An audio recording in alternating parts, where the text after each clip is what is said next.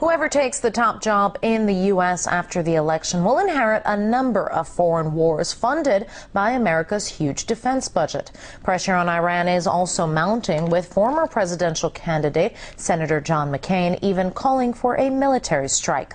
RT's Christine Frizzell looks at why he and two other U.S. senators never back down from a fight. They stick together through thick and thin, from the Queen's Land to the Holy Land, from the ball field to the battlefield. They are Senators Joseph Lieberman, Lindsey Graham, and John McCain. Seen frequently side by side, both physically and politically. The call for more war, a song almost on repeat for them. These three haven't met a war that they don't like. They led the charge to amp up Afghanistan. We need more troops there, American troops. IED attacks by the enemy have gone up about 1,000%. In the words of Admiral Mullen, time is not on our side. And they've been called everything from the Three Amigos, the Three Blind Mice, and the Axis of Error by the website downsizedc.org. They tend to work together as a bloc. They're kind of an axis involved in foreign policy, kind of harkening back to that old axis of evil that we heard about. That foreign policy not just limited to Bush's wars. Here they are meeting with Libyan President Muammar Gaddafi in August of 2009, at a time when it was in the U.S. interest to call him friend.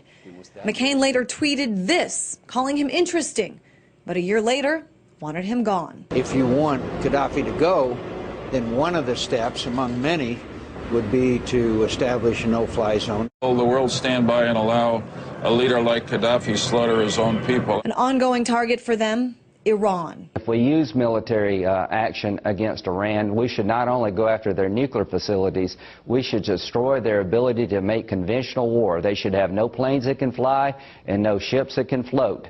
We keep pointing the gun. We haven't pulled a single trigger yet, and it's about time that we did. But 2 years on, that lack of immediate military action hasn't resulted in Armageddon or anything like it.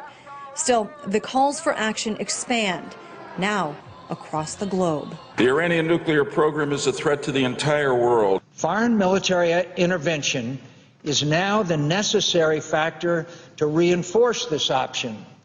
Assad needs to know that he will not win. And now we find ourselves in virtually the same identical debate a year later about Syria. What's going on in Syria? What's happening, and how should we respond to it? And once again, I mean, almost with Pavlovian response, these guys come and say, well, we've got to go to war. The mood of the American people may have shifted to ending the wars, but the perpetual lobby for war does have its supporters. They're very popular with the military-industrial complex, which sees every new adventure, every new invasion, every new occupation, every new major bombing campaign as an investment. But it's an investment fewer and fewer Americans are willing to make, as they've already lived through the consequences of the previous military adventures.